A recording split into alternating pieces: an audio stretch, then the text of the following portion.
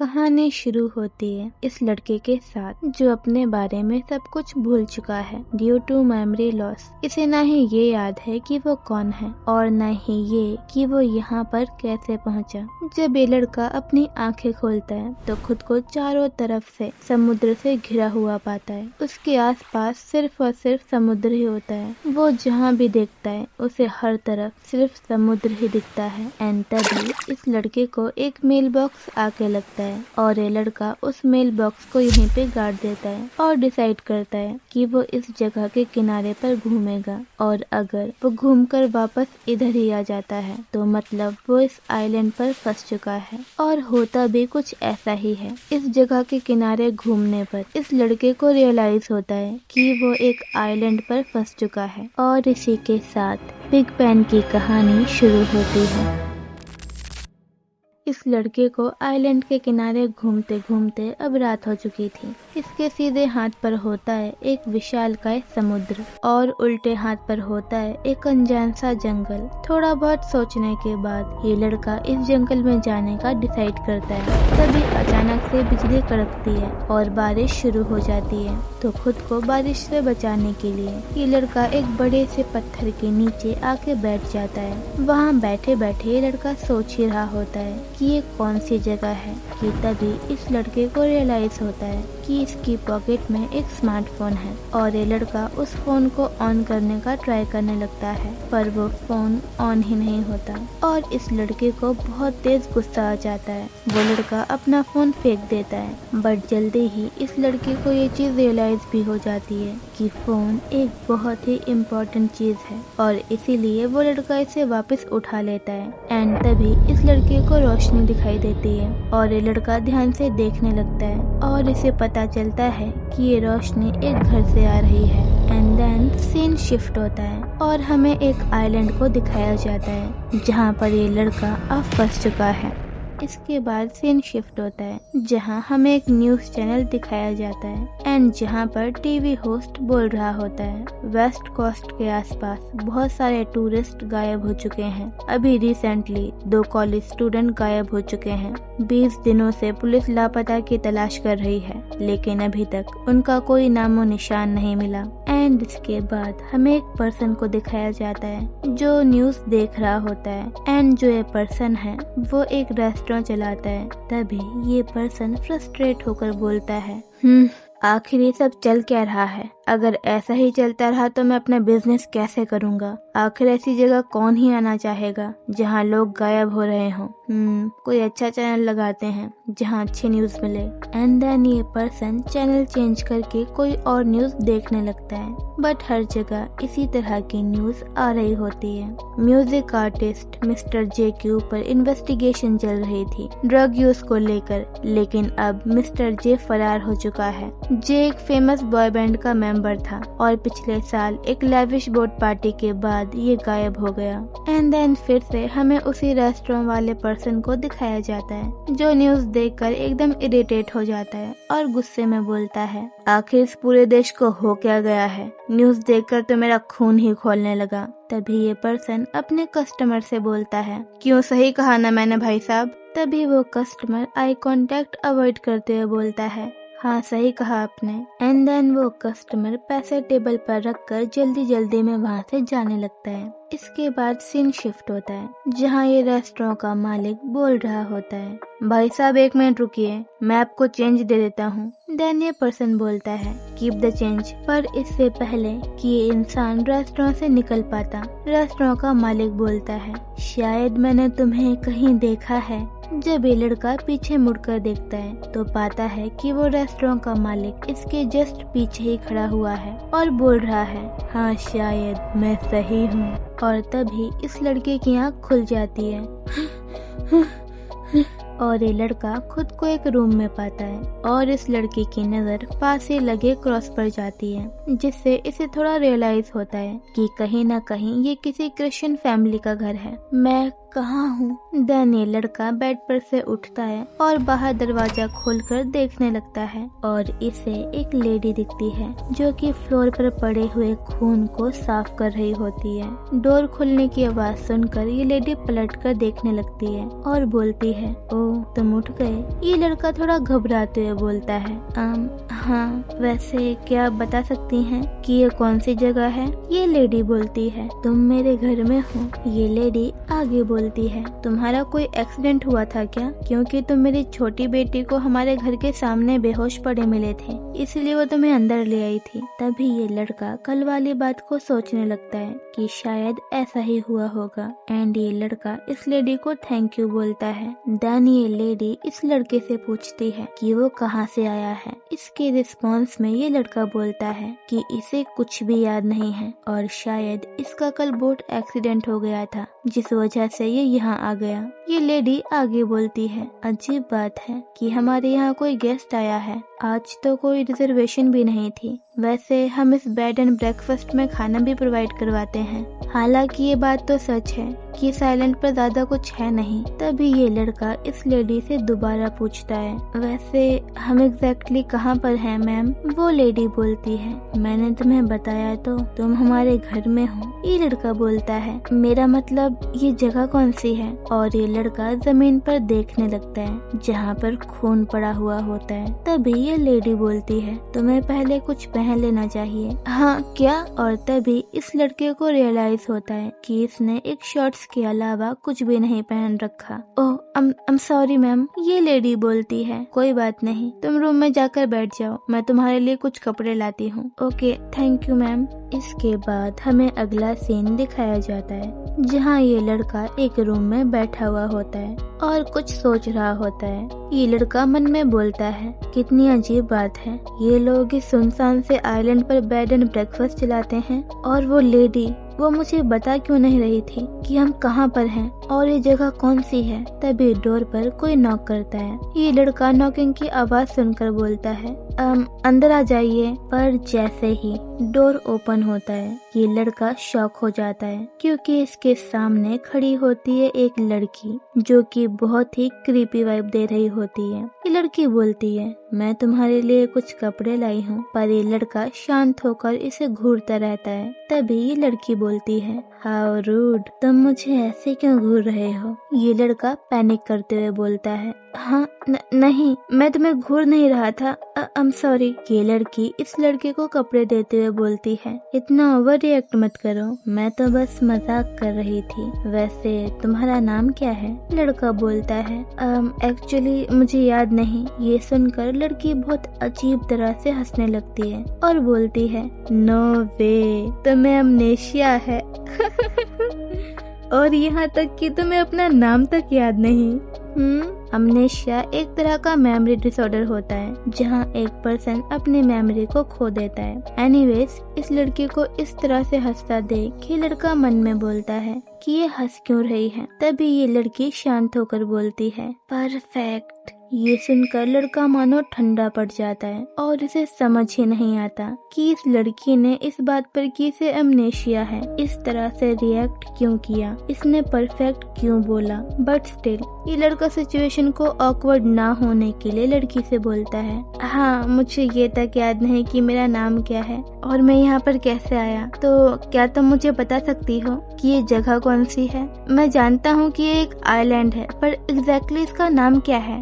ये लड़की एक अजीब सी टोन में बोलती है, ओ तो तुम जानना चाहते हो कि तुम कहाँ पर हो। लड़का बोलता है, हाँ प्लीज बताओ। लड़की बोलती है, पर क्यों, ऑब्वियसली तुम हमारे घर में हो। और इसके बाद हमें इस लड़की के पीछे इसकी पूरी फैमिली दिखाई जाती है। इसके बाद हमें अगला सीन दिखाया जाता है जहाँ ये पूरी फैमिली ब्रेकफास्ट करने के लिए बैठी हुई होती है और इस फैमिली का हेड प्रेयर बोल रहा होता है। हेवनली फादर, इस खाने के लिए आपका बहुत बहुत शुक्रिया। प्रेयर खत्म होने के बाद ये आदमी इस लड़के से बोलता है, ये ज्यादा तो नहीं है पर हम आशा करते हैं कि तुम्हें खाना पसंद आएगा। लड़का बोलता है, ये आप क्या बोल रहे हैं, ये किसी दावत से कम थोड़ी है। ये आदमी बोलता है, अब तुम्हारी चोट कैसी है? लड़का बोलता है, ओ मुझे इतनी ज्यादा नहीं लगी थी तो मैं जल्दी ठीक हो जाऊंगा। आदमी बोलता है, सुनकर अच्छा लगा। एंड ये लड़का खाना खाना शुरू कर देता है।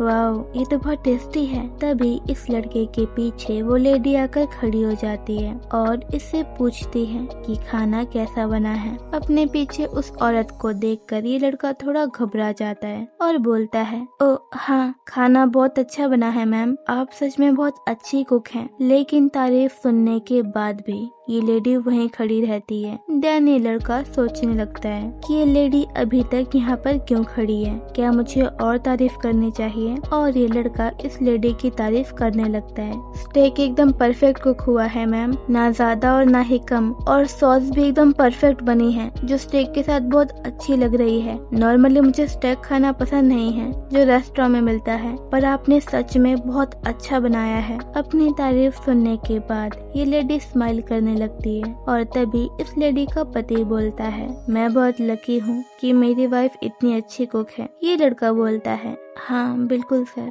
ये लड़का आगे बोलता है, वेल सर, क्या आप मुझे बता सकते हैं कि हम कहाँ हैं? लेकिन तभी ये आदमी बीच में अपनी बेटी से बोलने लगता है, रोमी, क्या तुम हमारे गेस्ट को एक कप चाय सर्व कर दोगी? हाँ ओके डैड। और रोमी इस लड़के को एक कप चाय सर्व कर देती है। लेकिन चाय का रंग देखकर ये लड़का शॉक हो जाता है, क्योंकि चाय का रंग एकदम ह्यूमन ब्लड की तरह होता है, एकदम लाल। और तभी इस लड़के को सुबह वाली बात याद आने लगती है जब इसने उस लेडी को देखा था मॉर्निंग में खून साफ करते हुए। तभी ये लड़की यानी कि रोमी एक अजीब सी टोन में बोलती है, ये चाय कॉर्नियल चेरी से बनी है, इसका रंग कितना खूबसूरत है ना? बिल्कुल। तभी इस लड़की की छोटी बहन बोलती है, बिल्कुल इंसानों के खून की तरह है ना?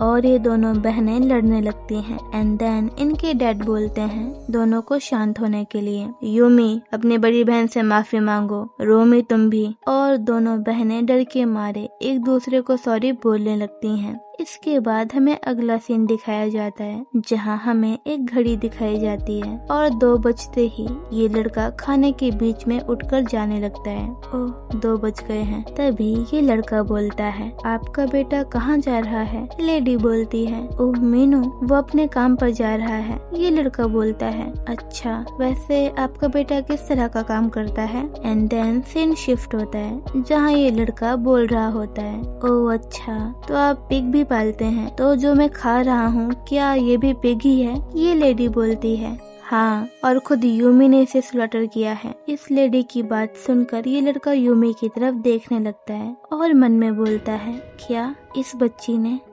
इसके बाद हमें शाम का सीन दिखाया जाता है जहाँ ये लड़का इस लेडी को हेल्प ऑफर करता है और बर्तन धोने को बोलने लगता है। इनिशियली ये लेडी मना करती है, लेकिन बार बार बोलने पर मान जाती है और रेस्ट करने के लिए अपने रूम में चली जाती है। इसके बाद हमें इस लड़के को दिखाया जाता है जो चाकुओं की तरफ देख रहा होता है और ये लड़का एक चाकू उठा लेता है। एंड देन हमें अगला सीन दिखाया जाता है रात का, जहाँ ये लड़का अपने रूम में होता है और बेड पर बैठे हुए कुछ सोच रहा होता है। कितनी अजीब फैमिली है, वो लेडी, उनके बच्चे या फिर वो आदमी, कोई भी नॉर्मल नहीं है।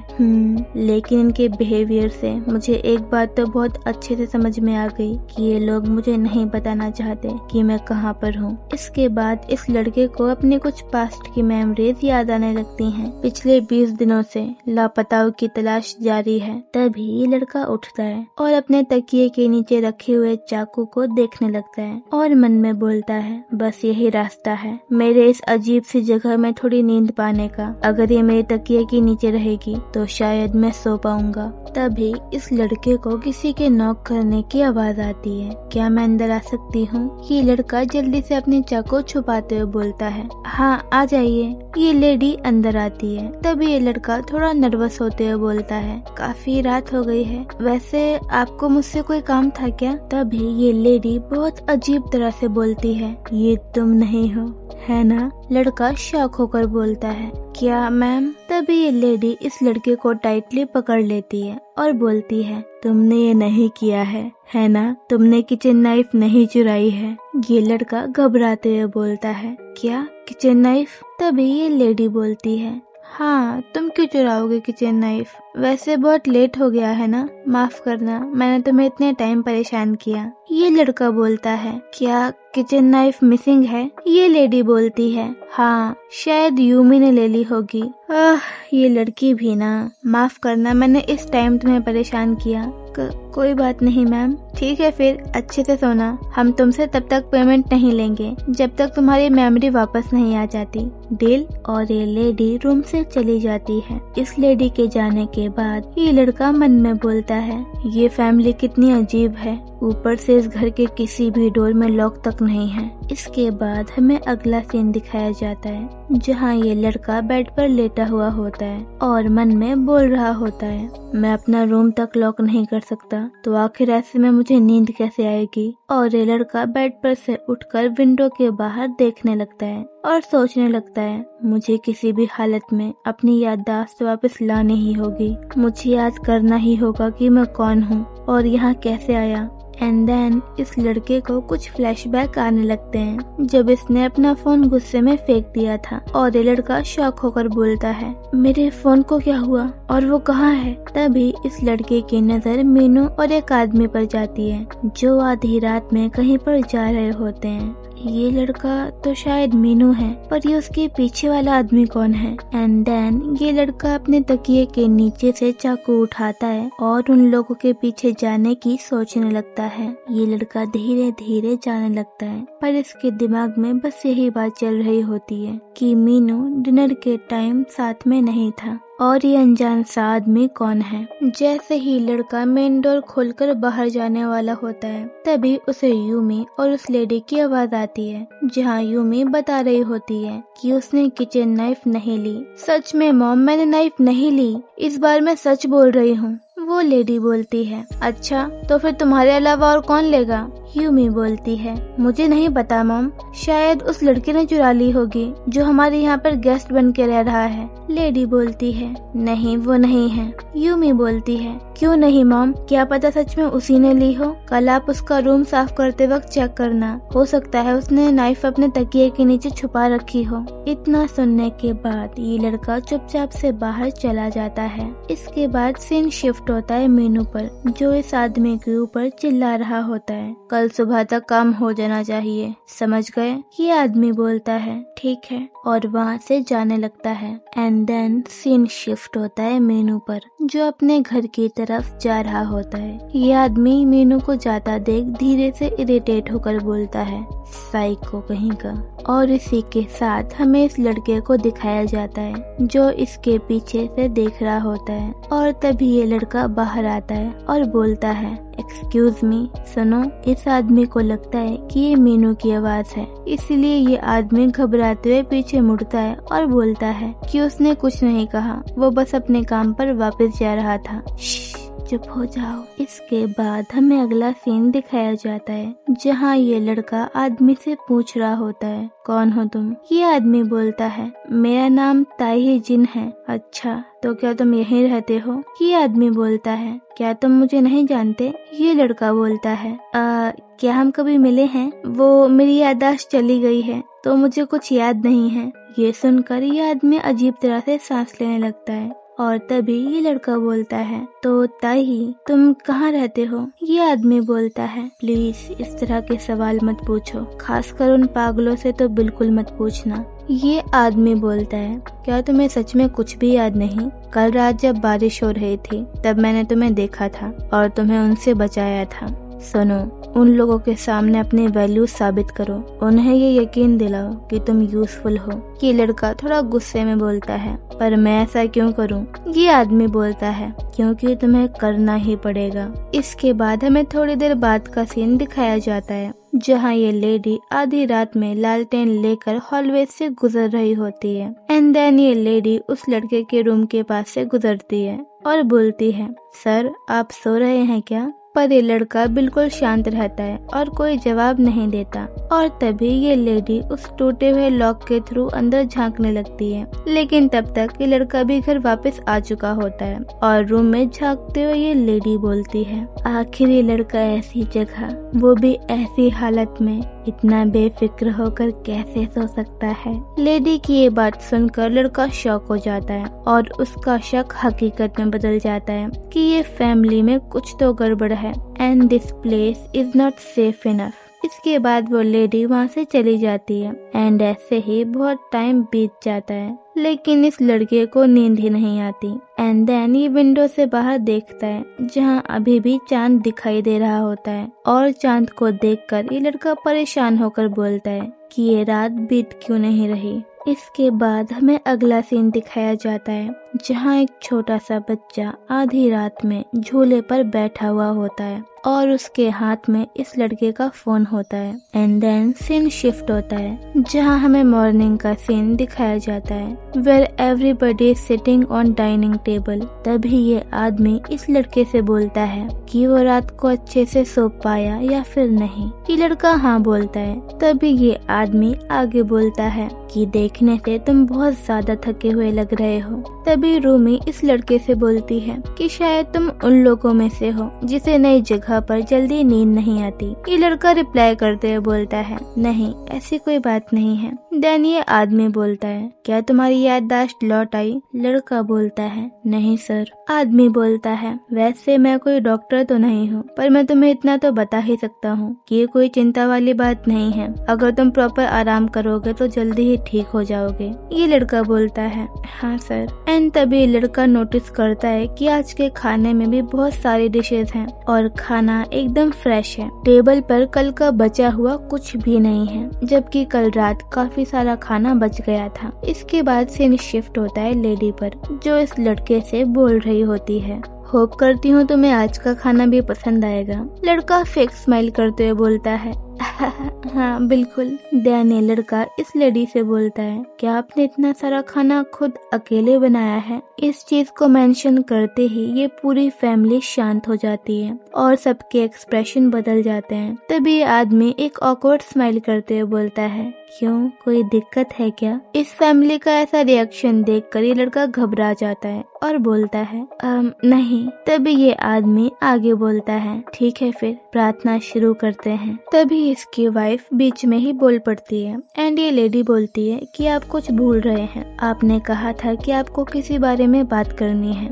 कि आदमी हंसते हुए बोलता है, अरे हाँ, मैं इस बात को कैसे भूल गया था। और तभी ये आदमी झुकता है और अपने पास ही पड़े शूज को टेबल पर रख देता है। शूज को देखकर इस लड़के की सिट्टी पिट्टी गुल हो जाती है और ये एकदम ठंडा पड़ जाता है और इसे कल वाली बात याद आने लगती है कि ये वाले शूज पहनकर ही तो ये बाहर गया था। एंड देन सीन शिफ्ट होता है इस आदमी पर, जो एकदम सीरियस होकर बोल रहा होता है, कल रात कोई मेरे शूज पहनकर बाहर गया था। पर ये लड़का कोई रिप्लाई नहीं देता। तभी इस आदमी की बड़ी बेटी यानी कि रूमी बोलती है, शायद मीनू होगा, वरना और कौन आधी रात में आपके जूते पहनकर जाएगा। तभी यूमी एकदम पागलों की तरह हंसते हुए बोलती है, मीनू पागल कहीं के, तुम्हें पता भी है डैड के फेवरेट शूज थे। एंड देन मीनू के डैड यानी ये आदमी मीनू से पूछता है, क्या तुम मेरे शूज पहनकर बाहर गए थे? मीनू सर हिलाकर मना कर देता है। ये आदमी आगे बोलता है, तुम्हें पता है मुझे झूठ से कितनी ज्यादा नफरत है। मीनू, मैं दोबारा पूछता हूँ, क्या वो तुम थे जो कल रात मेरे जूते पहनकर बाहर गया था? मीनू सर हिलाकर दोबारा से मना करने लगता है। तभी ये आदमी मीनू को धमकाते हुए बोलता है और उसे मारने वाला होता है, वो तुम ही थे, है ना मीनू? तभी ये लड़का चिल्लाते हुए बोलता है, रुक जाइए प्लीज, वो मैं था। और सभी लोग इस लड़के की तरफ देखने लगते हैं। देन ये आदमी कंफ्यूज होकर बोलता है, क्या? ये लड़का बोलता है, वो मैं था जिसने आपके जूते पहने थे। एक्चुअली सर मैं बहुत ज्यादा बोर हो रहा था, मुझे नींद ही नहीं आ रही थी और मेरे पास मेरा फोन भी नहीं था, मेरे पास कुछ करने को भी नहीं था, तो मैंने सोचा क्यों ना थोड़ा वॉक कर लिया जाए। मुझे माफ कर दीजिए सर, मुझे लगा था जूते पुराने हैं इसीलिए मैं पहन गया था। एंड ये सुनने के बाद ये आदमी लिटरली ये बोलता है, अच्छा तो तुम बोर हो रहे थे, इसका मतलब हमारा घर तुम्हें बोरिंग लगता है? ये लड़का कंफ्यूज होकर बोलता है। एक्सक्यूज मी सर, ये आदमी बोलता है, हमारा घर तुम्हें बोर करता है, क्यों, है ना? तो अब हमें तुम्हें एंटरटेन करना होगा। इसके बाद हमें अगला सीन दिखाया जाता है जहाँ ये आदमी इस लड़के को एंटरटेन करने के लिए लाया होता है एंड जहाँ पर ये सीगल्स को शूट करके मार रहे होते हैं फॉर फन। कुछ सीगल्स को मारने के बाद ये आदमी इस लड़के को गन दे देता है और बोलता है कि वो ट्राई करे। गन इस लड़के के हाथों में होती है और ये बोल रहा होता है कि उसने ये कभी नहीं किया। ये सुनकर वो आदमी बोलता है, क्या तुम्हें डर लग रहा है? लड़का बोलता है कि नहीं, उसे डर नहीं लग रहा, उसे बस ये बात समझ नहीं आ रही कि वो इन बेचारे बर्ड्स को क्यों मार रहा है जबकि उन्हें वो खाने वाला भी नहीं है। ये आदमी बोलता है, पर तुमने ही तो कहा था कि तुम बोर हो रहे हो। एंड देन ये आदमी पलटता है और एक सीगल की तरफ इशारा करते हुए बोलता है कि उस पर निशाना लगाओ, पर ये लड़का इसी आदमी पर गन तान देता है और बोलता है, आखिर तुम में से कोई मेरे सवालों का जवाब क्यों नहीं दे रहा? ये आदमी बोलता है, कौन सा सवाल? लड़का बोलता है, यही कि आखिर हम कहाँ पर हैं और इस जगह का क्या नाम है, और आखिर वो अजीब सा आदमी कौन था जिसे तुमने अपना नौकर बना रखा है? जवाब दो, और आखिर तुम अजीब से लोग इस आइलैंड पर कर क्या रहे हो? तभी ये आदमी पलटता है और गन को पकड़कर अपने सीने पर पॉइंट कर देता है और बोलता है, इस आइलैंड का कोई नाम नहीं है और वो आदमी, वो कोई नौकर नहीं है, वो हमारा बहुत कीमती एम्प्लॉय है और हाँ, हम इस आइलैंड पर बस एक छोटा सा बेड एंड ब्रेकफास्ट चलाते हैं और तुम हमारे गेस्ट हो। एक रात का रेंट है 13,000 रुपए, खाने का चार्ज है 1,000 रुपए, शिकार खेलने का चार्ज है 3,000 रुपए। हमने तुम्हें यहाँ बिना किसी पैसे के रुकने दिया, लेकिन फिर भी देखो तुम मुझ पर ही बंदूक ताने खड़े हुए हो। ये लड़का उस आदमी के ग्रिप से गन को छुड़ाने की कोशिश करने लगता है। छोड़ो इसे, पर ये आदमी एक ही झटके में उस लड़के से गन ले लेता है और उस पर पॉइंट कर देता है और स्माइल करते हुए ट्रिगर दबाने वाला होता है। आह, रुक जाइए सर प्लीज, मुझे मत मारो। तभी ये आदमी बोलता है, डबल बैरल शूट गन को 2 बार शूट करने के बाद रिलोड करना होता है। ये आदमी स्माइल करते हुए आगे बोलता है, तुम्हें नहीं लगा था ना कि मैं तुम्हें फ्री में शिकार करवाऊंगा, और तुम्हें पता था ना कि बंदूक खाली है, वरना तुम ऐसा कुछ करने की सोच ही नहीं सकते थे, है ना? ये लड़का ऑकवर्ड स्माइल करते हुए बोलता है, हाँ बिल्कुल। इसके बाद हमें शाम का सीन दिखाया जाता है जहाँ ये लड़का समुद्र किनारे चुपचाप से बैठा हुआ होता है और सोच रहा होता है कि ये लोग कितने अजीब हैं और इस अजीब सी जगह पर कोई बेड एंड ब्रेकफास्ट क्यों चलाएगा। डैम इट, मेरी याददाश्त कब वापस आएगी। तभी इस लड़के की नज़र एक मेल बॉक्स पर जाती है जो उसे यहाँ आने के पहले दिन ही मिला था। ये लड़का उस मेल बॉक्स को उठाता है और उसके एंड की शार्पनेस को देखकर एकदम शॉक हो जाता है। क्या ये पहले भी इतना ही शार्प था क्या? एंड ये लड़का उस मेल बॉक्स को जमीन पर फेंक देता है, बट देखने से ऐसा लगता है जैसे उस मेल बॉक्स के अंदर कुछ तो है, इसलिए वो लड़का उस मेल बॉक्स को खोलकर देखने लगता है। एंड इस मेल बॉक्स के अंदर होता है एक पेपर जिसमें बहुत सारे स्क्वायर बने होते हैं